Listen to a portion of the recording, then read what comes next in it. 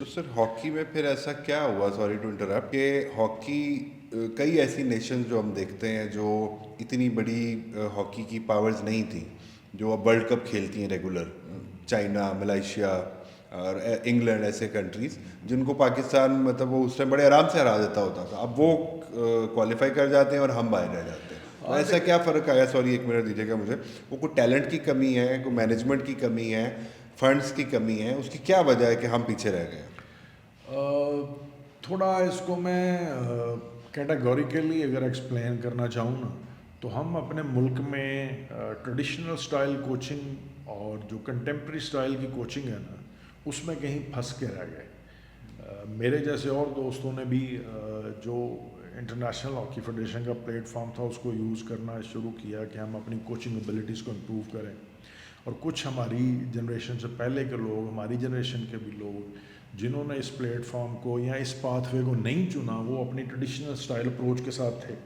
ٹھیک. ہم باری والا کام کرتے رہے، کبھی ٹریڈیشنل سٹائل والا مینجمنٹ آ گیا، کبھی کنٹمپری سٹائل والا. کنٹمپری سٹائل میں آپ کیا ہوتا ہے کہ آپ کی اپروچ لرنر سینٹرڈ ہوتی ہے. جو سیکھنے والے ہیں وہ آپ کا مرکز ہوتے ہیں، یا انہی کے گرد ساری چیز گھومتی ہے. اگر آسان لفظوں میں کہہ لیں کہ آج کل کے جب ہم انگلش میڈیم یا پرائیویٹ سکولز یا یونیورسٹیز کو دیکھتے ہیں کہ وہاں پہ لرننگ بائی ڈوئنگ کرتے ہیں، کہ پروجیکٹس دیتے ہیں، بچے خود سے اپنا ذہن استعمال کریں، ان کو ایک سچویشن دیتے ہیں جس میں کچھ پرابلمز ہوتے ہیں، ان کو کہتے ہیں ان کو سارٹ آؤٹ کر کے آپ فکس کر کے لیں. سو یہ ایک کنٹمپری اسٹائل کی کوچنگ یا ٹیچنگ ہے جس میں لرنر سینٹرڈ اپروچ ہوتی ہے. سر کوئی ٹیلنٹ میں کمی آ گئی؟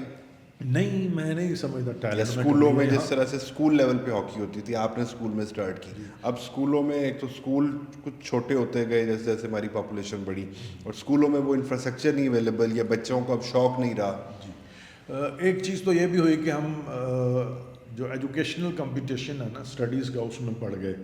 اس میں کیوں زیادہ پڑ گئے؟ کیونکہ پہلے جیسے میں نے کہا، آپ نے کہا کہ گوجرا میں کیا خاص ہے ہاکی، میں نے آپ کو بتایا کہ جابس ملتی تھی.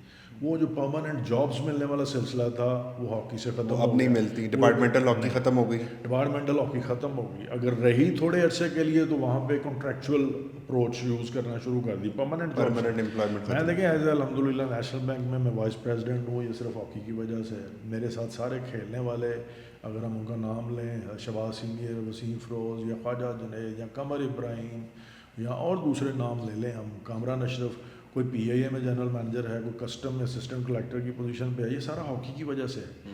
وہ جو پرماننٹ جابس والا سلسلہ ختم ہوا تو لوگوں نے، پیرنٹس بھی دیکھتے ہیں، انہوں نے بچوں کو ہاکی سے ہٹا کے کرکٹ کی طرف ڈال دیا، یا پھر انہوں نے ان کو اسٹڈیز میں لگا دیا کہ آپ اس طرف جائیں. ہم لوگوں نے جو ریسرچ ڈپارٹمنٹ بننا چاہیے تھا، جب یہ رولز بدل رہے تھے، 96 میں آف سائڈ کا رول ختم ہوا، پلینگ ڈائنامکس چینج ہو گئے. آگے جا کے 2004 میں 9 میں سیلف سٹارٹ کا رول آیا، پلینگ ڈائنامکس چینج ہو گئے. پھر رولنگ سبسٹیٹیوشنز آئیں کہ جتنی مرضی دفعہ بندہ اندر جائے باہر آئے.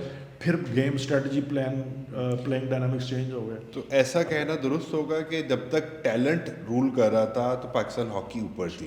جب وہ دنیا نے اس کو سائنس بنا لیا اور اس کو سیکھا، اس کی اسٹریٹجیز چینج کر دی، ماڈرن ہاکی آ گئی، تو اس میں ہم پیچھے رہ گئے. جی، آپ کہہ سکتے ہیں.